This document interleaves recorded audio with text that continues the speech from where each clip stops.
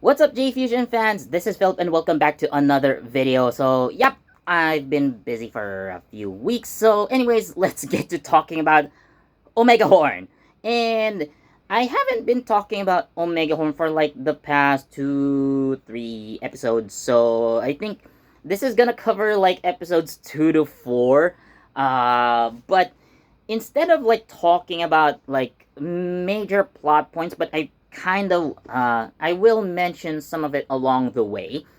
I am rather going to focus on the more interesting aspects of like the show and what it's doing different from its direct predecessor, Gavin Infinity, and most likely the predecessor franchise, which is Super Sentai.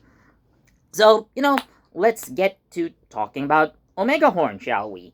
So, first off, like, we, of course, learn more things. Now, I think, given that, these first 4 episodes that have been shown so far, um, this is going to be like our introduction to the world of Omegahorn and what the hunter battles are.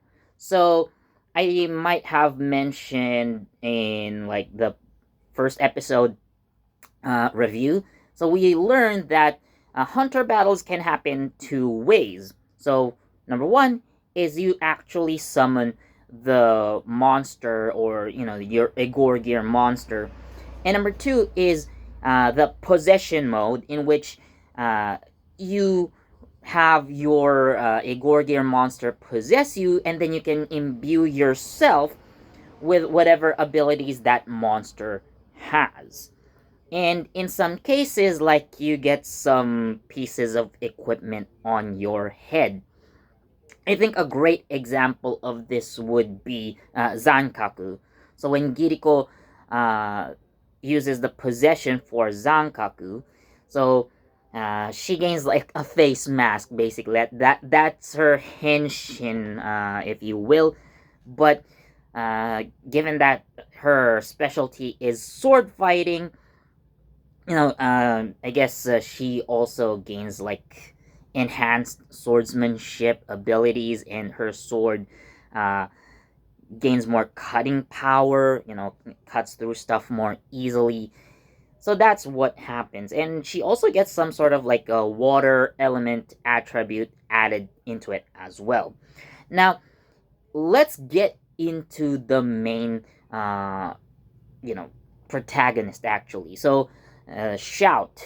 So apparently, when he transforms, so it's not, how to say, his name isn't really Captain Omegahorn, but in the first episode, we already see him transform, but he only gains the title of Captain Omegahorn after being, you know, bound to Enkaku. And Enkaku says that whoever is his partner or master or what have you holds that title of Captain Omegahorn.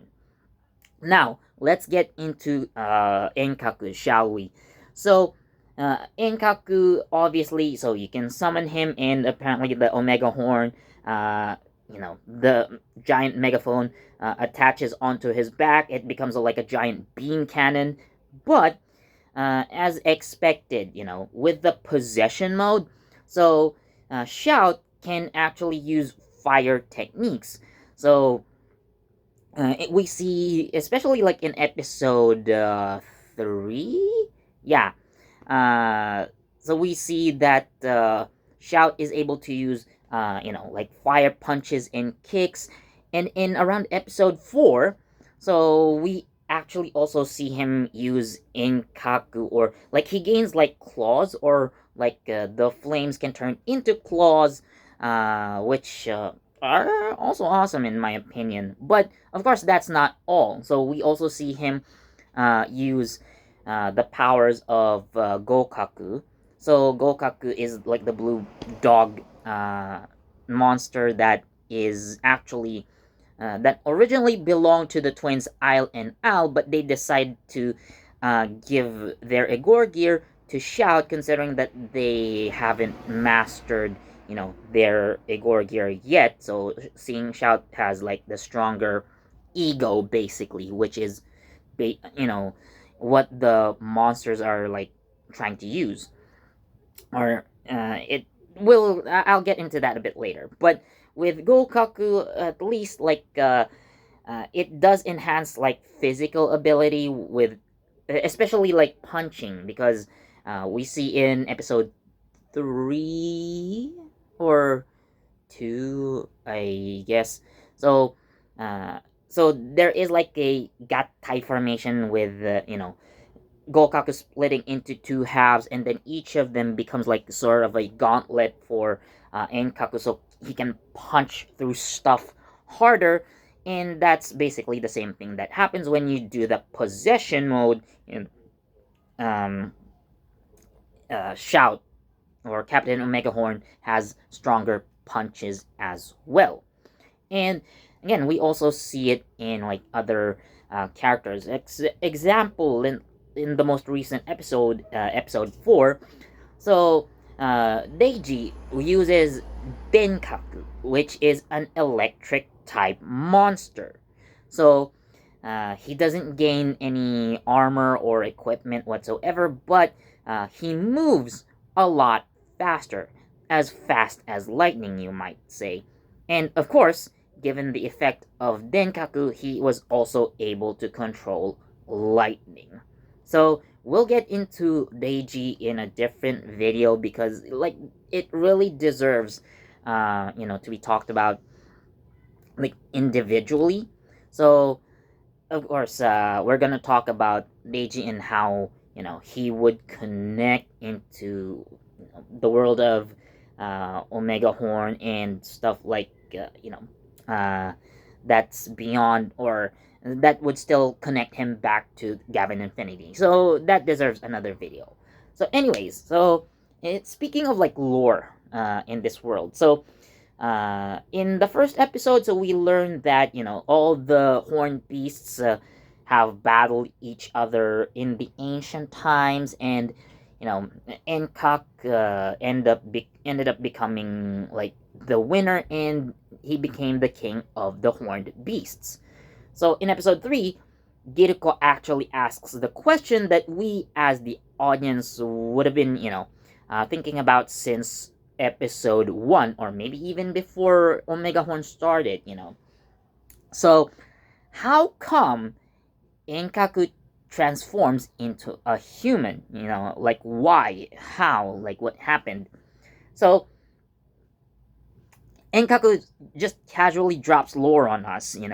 So uh in the ancient past, so when he became like the king of the horned beast, so whatever deities exist in the world of Omegahorn, they simply just gave him, a human form and the ability to speak. So basically, it does make sense. Like, as the king of the beasts, so Enkaku actually wants coexistence, a peaceful coexistence between humans and the horned beasts. And therefore, in order to, bridge the gap between his fellow beasts and humans, so he, kind of like decided to have, maybe request to the gods that they give him a human form and the capability of speech, so that they can easily understand him, which makes a lot of sense because, of course, like a human looking being is definitely more approachable than, I don't know, like a giant monster. Well, again, Enkaku is not like a wild animal, but definitely having a human form makes him a lot less intimidating, and being able to speak allows him to be understood much more clearly. And of course, like, he can also understand human speech, and again, communication is much easier. But now this begs the question. So in episode 3, so again, being the king of the beasts, Enkaku mentions that it is a benefit only given to him, only to him. But how about Zetsu Enkaku? remember, Zetsu Enkaku is basically like a recolored version of Enkaku in monster mode, but Zetsu Enkaku also has a human form and is also able to speak. So, what is Zetsu Enkaku's side of the story? So, of course, this is something that we would have to wait, for future episodes in order for us to learn what actually happened and, understand, like, the reasons why, like, Zetsu Enkaku is able to, become human and talk like a human as well. And we also have like the Evar Alliance. So, like, they're a society of the strong, but they also kind of like they see themselves like the protectors of the territories that they take. But obviously, in episodes 3 and 4, so we see how kind of tyrannical they are, and you know, so Shout saves like this town, and they were forced into mining, basically in order to find like Agora gears that probably have been buried underground specifically. But Shout steps in, fights off the people who are basically in charge of the town, clears that territory, so it's no longer part of like Evil's territory, but it becomes Shout's territory. And then, of course, one of the a young man from that village steps up to be, Hunter himself, and Shouts and trusts this young man with protecting the city, or the town rather, while he's away. And of course, there is also this plot, especially mentioned in episode 4, of Inkak trying to bring back the memories of his former comrades, the beasts that include Gokaku, Zankaku, and the rest. So he recognizes them, but they don't recognize him back. So there probably is something that's going to happen when all the beasts have come together, because again, like the other beasts, so Zankaku, Gokaku, Hikaku, I forgot Genno's partner's name, and then Reiji's, so like there are like 6 beasts, right? So the S rank beasts that are held by the other main or major characters. So, like they actually have been serving under Enkaku, but after they were sealed, and according to Enkaku, like he prayed to the gods and they were sealed because like the war. He wanted the war to stop, and like the gods answered, fine, like we'll just seal you into these Agorgiers. Bam. Now Enkaku remembers everything, even though he was sealed for maybe thousands of years. But his comrades have forgotten about him, so he's trying to get back his comrades' memories as well. And that's part of the reason why he's joining Shout on a journey, like to find his comrades and find a way to bring them back, or like bring back their memories and have a peaceful coexistence with mankind once more. So probably trying to revive the glory age of humans and horned beasts living together, as this time, like that ancient past when Enkaku was working with the original Captain Omegahorn. So again, it would also be interesting to know more about that past, civilization, like who this mysterious predecessor to Shout is, the original Captain Omegahorn, the first Captain Omegahorn. So I want to know who he is really. And this is just a personal theory. So again, I think I've mentioned this before as well. Like I am hoping that the original Captain Omegahorn is Shout's direct ancestor. And like not only would that make a lot of sense, but I think it's a really interesting storyline to take. Like it doesn't necessarily have to be that way, like they can have zero connection at all, but it just makes things a lot more exciting. Like being the descendant of the very first Captain Omegahorn, like it would make uh, Shout's role that more important, in my opinion, at least. But what do you guys think? So, as a departure from what used to be like Super Sentai, again there are differences, definitely.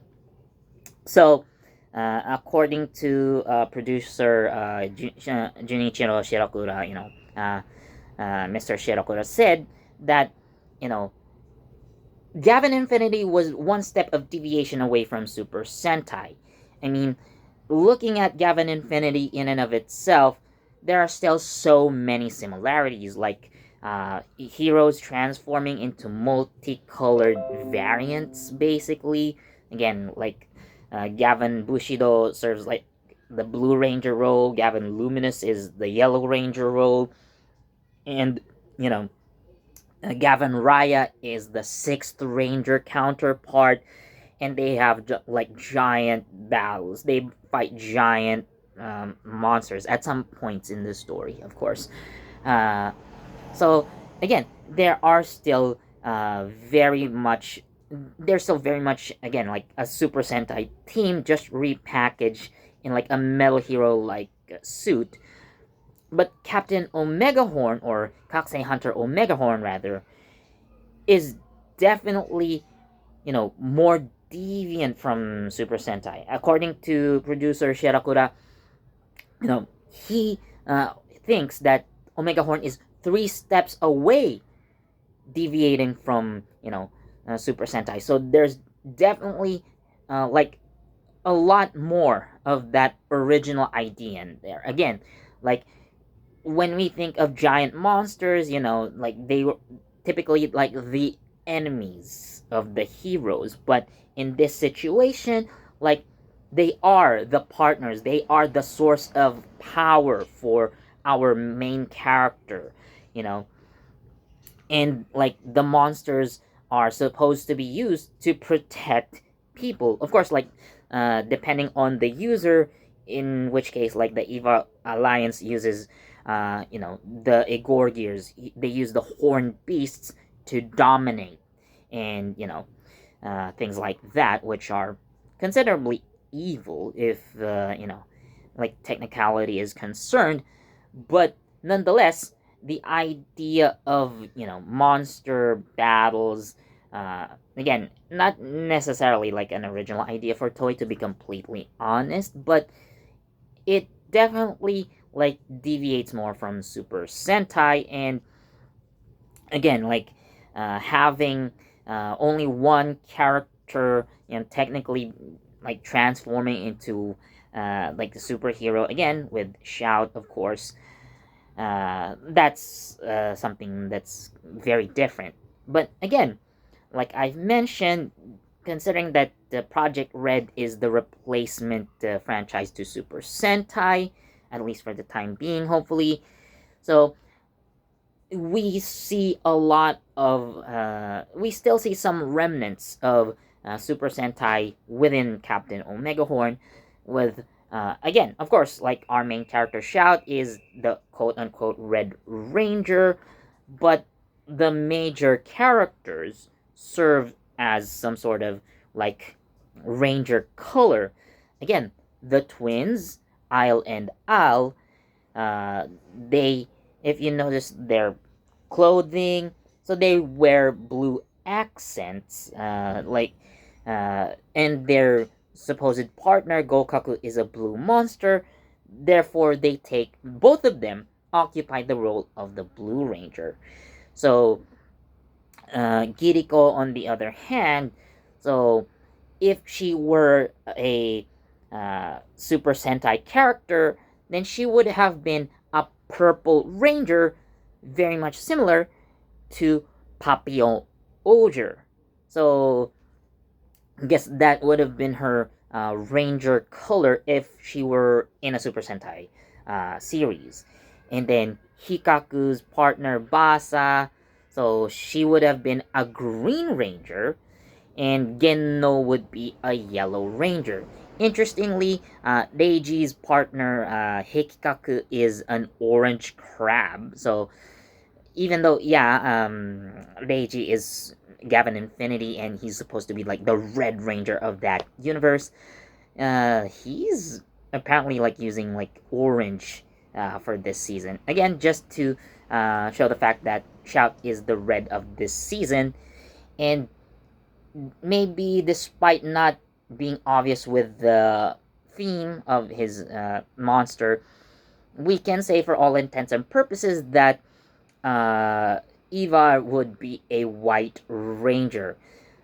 Although he would technically start off as a villain, but you know, maybe at some point he would eventually join forces with Shout, and uh, if there's like some sort of bigger threat that they have to defeat together, then yeah, he would join the team later. So he could be like the sixth ranger if the trope fits, you know. Probably the only white thing about Ivar is his hair, if that makes sense. Again, like using color accents to, show audiences that if this were a Super Sentai show, then these characters would fit like certain ranger colors. But nonetheless, the idea for uh, you know Kakusei Hunter Omegahorn still remains like a very unique concept as well. So uh, it's definitely like an interesting watch, especially with their world building and again, particularly with the horned beasts and like how they function. So the hunter battles are definitely like interesting in their own way because of like how it can go, like I said, into patterns like summoning the monsters and like having them battle directly, and then using the possession mode, so like the hunters actually fight each other, which actually saves a lot on the CGI and like practical effects, if you ask me.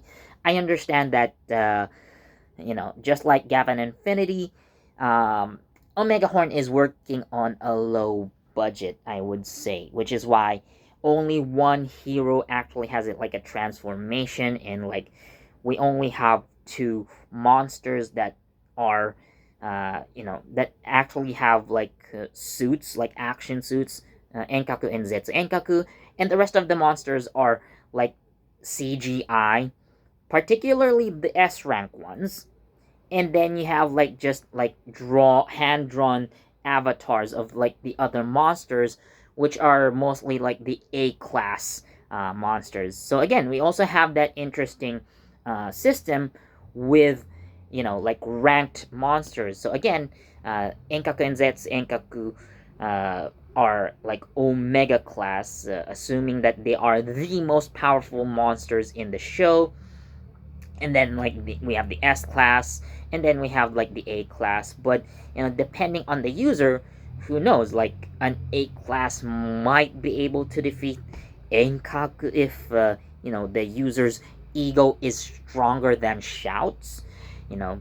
So it's not always about the monster, which actually proves like a point in episode 4. So Giriko and Shout having basically what's supposed to be like a sparring match, and you know at some point, like so Shout uses like the possession mode, so both of them do actually. So Giriko and Shout use the possession mode, and again, like Shout summons like fire attacks and the fire claws, but at some point Enkaku stops cooperating because uh, Shout wasn't taking the battle too seriously. Again, it was a practice match, or a mock battle, if you will, but it just shows that like even if it's a mock battle, like you still should give like 100% of your ego in order to bring out the best, out of your partner monster. In which case, like in this situation, like Enkaku, for example.